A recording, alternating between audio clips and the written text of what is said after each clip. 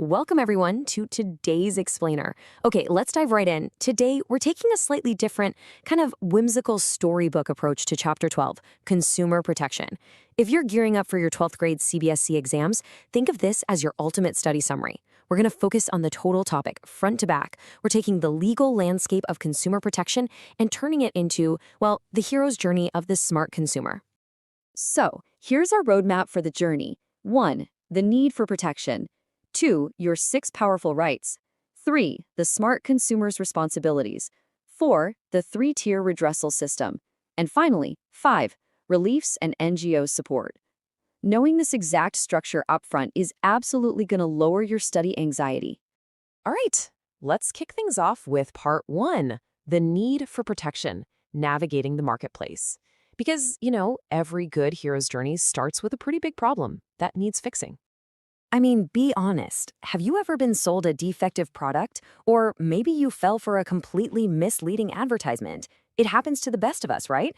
Widespread exploitation of consumers is literally everywhere. We're talking unsafe products, adulteration, completely wild false claims. It's not just textbook theory, it's highly personal. And this is exactly why consumer protection is an absolute necessity for every single one of us. And this brings us to two sides of the same coin. Look at it from the consumer's viewpoint first. We need protection simply because of widespread ignorance. Most of us just don't know our rights. Plus, we're pretty unorganized. But flip it over. Why should businesses care? Well, honestly, it's about their long-term survival. Satisfied customers keep coming back. Plus, businesses are using society's resources, so they have a massive moral duty to not exploit people. If they mess up, the government steps in and boom, their goodwill is completely ruined. Okay, so who exactly is the hero of our story here? The Consumer Protection Act, or CPA, of 2019 spells it out perfectly. A consumer is someone who buys goods or services for a consideration, meaning you paid for it or promised to pay.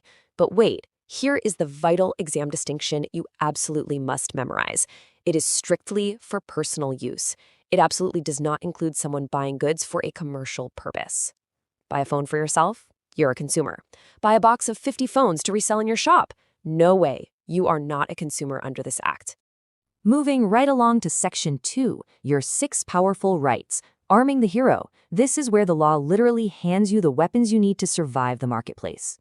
Let's walk through these 6 rights because they build on each other beautifully. Step 1 is safety. You have the right to be protected against hazardous goods. Think of looking for that ISI mark on your new electronics. Step 2, you have the right to be informed. You need to know the ingredients, the prices, the dates before you hand over your cash. Step 3 is the right to choose from a variety of products at fair prices. Step 4, the right to be heard. If you're unhappy, companies literally have to have grievance cells to listen to you. Step 5 is redressal. This is the big one. It means getting actual relief, like a replacement or compensation when things go sideways. And finally, Step 6 is education. The right to be a well-informed consumer for life. See the flow there? From just staying physically safe to becoming a lifelong educated buyer? Now, to actually enforce these rights, you've got a guardian angel of sorts. The CPA 2019 set up the Central Consumer Protection Authority, the CCPA. They are the central watchdog actively looking out for you. Their whole job is to regulate any violations of those 6 rights, crack down hard on unfair trade practices, and stop those misleading ads dead in their tracks. All right, Section 3, the smart consumer's responsibilities. Consider this the hero's code, because let's face it, having amazing legal rights means absolutely nothing if you don't step up yourself. So here are the everyday actions you've got to take. First up, always ask for a cash memo. It's your proof. Without a receipt, enforcing your rights is going to be incredibly tough. Second, buy standardized goods. Look for the ISI mark on appliances or the FBO mark on your food. Third, actually read those labels for prices and expiring dates. Fourth, follow the manufacturer's instructions so you don't accidentally blow up your new microwave. And fifth, be honest. Buy legal goods and steer completely clear of shady stuff like black marketing. But your job isn't over when you leave the store. You've got post-purchase duties too. You have to assert yourself to get a fair deal. If something is defective, you need to file a complaint. Yes, even if it's just for a small amount of money. Don't let bad businesses win. You should also try to form active consumer societies to help educate others. And lastly, tying into a much bigger moral duty, respect the environment. Don't waste, don't litter, and don't pollute. And that brings us to Section 4, the three-tiered redressal system. If you've played by the rules and still got scammed, this is the legal battleground. Before we look at the actual courts, who can step onto this battleground? Who can file a complaint? Well, any consumer, obviously, but also registered consumer associations can step in for you. The central or state governments can file. A legal heir of a deceased consumer can file. And, pretty cool, a group of consumers can actually file together if they all share the exact same interest in the case.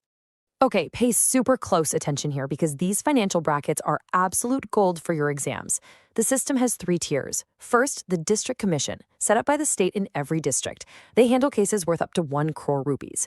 Second is the state commission. They take complaints valued from 1 crore up to 10 crore rupees, plus any appeals coming up from the district level. Finally, the big one, the national commission. Set up by the central government, they handle massive cases worth more than 10 crore rupees and appeals from the state level. Definitely memorize those brackets. Now, let's look at how you appeal, because the clock is always ticking. Let's say you lose at the district commission. You have exactly 45 days to appeal up to the state commission. Still not happy? You get 30 days to escalate it to the national commission. And if you need to take it all the way to the top, you have another 30 days to appeal to the Supreme Court of India. 45, 30, 30. Get those numbers locked in your head. We have reached the final chapter of our explainer. Section 5, Reliefs and NGO Support, the victory. So what actually happens when you win? The law gives you some highly tangible victories. The courts can order the business to completely replace the defective goods or just give you a full refund. They can force the company to pay you compensation or even slap them with punitive damages. But it's bigger than just money. They can order a business to permanently stop making hazardous goods.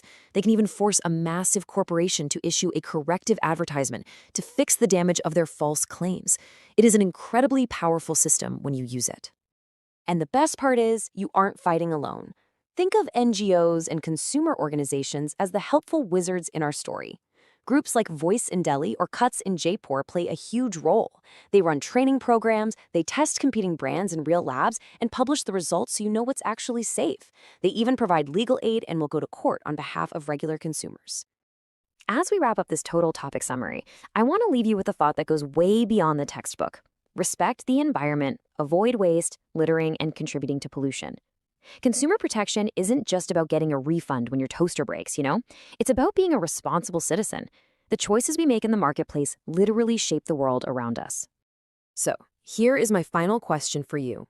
Armed with your 6 rights, your knowledge of the 3-tier system, and the hero's code of responsibilities, are you ready to be the smart hero of the marketplace?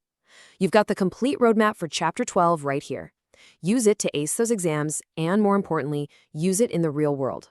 Thanks for joining me on this explainer. Keep studying smart, and I will catch you in the next one. Welcome, everyone, to today's